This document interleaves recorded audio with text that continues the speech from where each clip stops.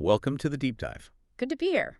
Okay, today we're really unpacking one of cricket's most talked about recent matches. That Australia versus South Africa second T20. Exactly. The second T20 International. We've, pulled insights from all the major places, the Times of India, the Guardian, ESPN, Cricinfo. All the key sources. Yeah, and the highlights too, of course. And we want to bring you the essential takeaways, the surprises, the sheer drama of it all. It was certainly dramatic. Our mission really is just to cut through the noise for you, get to the crucial bits so you walk away feeling like you really get what went down and why it actually matters. And what a match it was to unpack. I mean, this wasn't just some, run-of-the-mill fixture. No? It felt pretty pivotal in the series, didn't it? Between two, let's face it, formidable teams. Absolutely. And it just delivered these unexpected turns, this incredible individual performance we have to talk about. Oh, definitely. And it snapped that big winning streak, which nobody really saw coming. So it really makes you ask, how did a game like that with such high stakes twist and turn so much? Yeah, so let's set the scene. It was in Darwin. Right. And Australia won the toss. Now, their captain made a pretty big call straight away, electing to field first. Mm-hmm. Putting South Africa in. Exactly. So they're hoping to, maybe use early conditions, keep the score down, chase later. A classic T20 tactic sometimes. Sure, makes sense on paper. But despite that strategic move, South Africa didn't they didn't fly out of the blocks. No, they were a bit shaky early on. They were losing wickets pretty regularly in those first few overs, sort of struggling to build any real momentum. It definitely looked like Australia's plan might be paying off at that stage. It did. But this is really where the whole story just flips, doesn't it? Completely. Because then Dewald Brevis walks out, the 22-year-old. Ah, yes, Brevis. And what he did was just, mastery is the word. He absolutely lit up Darwin. An unbeaten 125 runs. Unbeaten 125.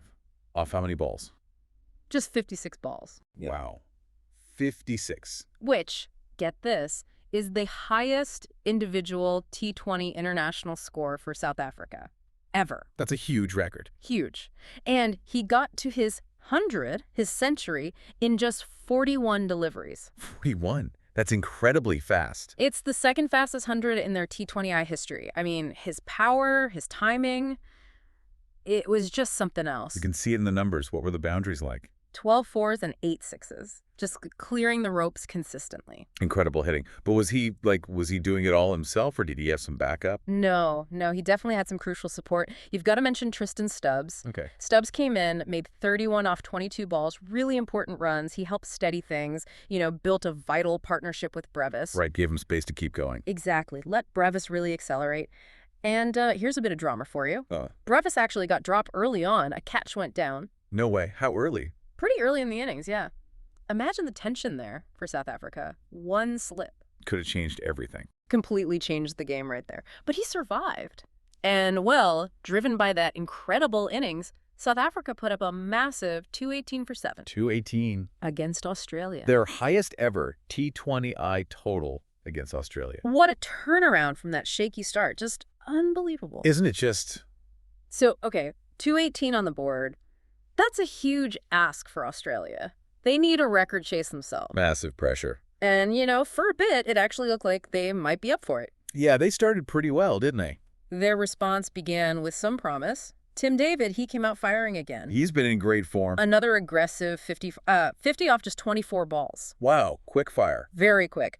But, and this is where it gets really interesting tactically, the turning point seemed to come really fast. Mm. Once those key guys, like David and Mitchell Marsh, got out... The big wickets. Yeah, likely targeted, with specific plans from South Africa's bowlers, the momentum just vanished. Just evaporated, yeah. Australia's chase completely faltered. They collapsed. All out for 165. 65 all out. In just 17.4 overs. So they didn't even bat their full 20. Didn't get close. Falling short by, 53 runs in the end? Mm. A big margin. No, very comfortable win for South Africa, eventually. And that loss, quite significantly, snapped Australia's, 9-match winning streak? That's the one. 9 straight wins, gone.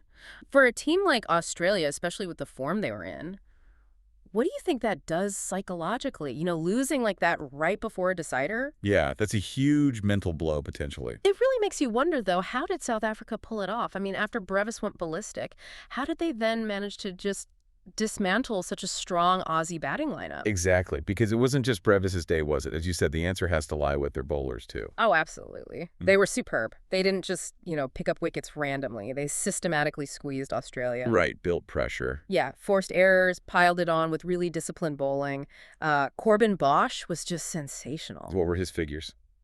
3 for 20. Wow, 3 for 20 in a 218 game. Incredible control just didn't give him anything. Then Kwena Mafaka, the young guy, he took 3 for 57. A bit more expensive, but crucial wickets. Exactly. Got them at key times. And the experienced guys, Linji and GD got 1 for 19, Kajisa Rabada 1 for 21. So everyone chipped in. They all played their part, consistently getting batsmen out and just tightening that chokehold on the chase. And, we mentioned the drama with the Brevis drop catch. There was another moment in the field, too. Oh, yeah. And Kabayomzi Peter, Yeah. he almost dropped what they call a real sitter. Oh, no. What are those dolly catches? Yeah, a seemingly simple catch that just should be taken. Apparently, it was being compared to some of cricket's famous blunders for a second there. Heart and mouth moment. Absolutely. It just adds that layer of, human drama, the what if. It's those tiny moments, isn't it? A game can swing on something like that. For sure. So bring it all together then. The immediate result. South Africa win, and win big, by 53 runs. Dominant performance. Which levels the series at 1-1. 1-1, all square. And that sets up, a thrilling decider. That's in Cairns on August 16th. Winner takes all. Exactly. And that psychological dynamic you mentioned, going into a decider after breaking a streak like that, that's fascinating. It really is. It adds a whole extra layer to it. So, okay, stepping back from just the score, what's the kind of the lasting takeaway here? For you, the listener, what does this all mean? Well, for me, what really stands out is how these different elements combine. You've got moments of just sheer individual brilliance, like that Brevis inning, truly.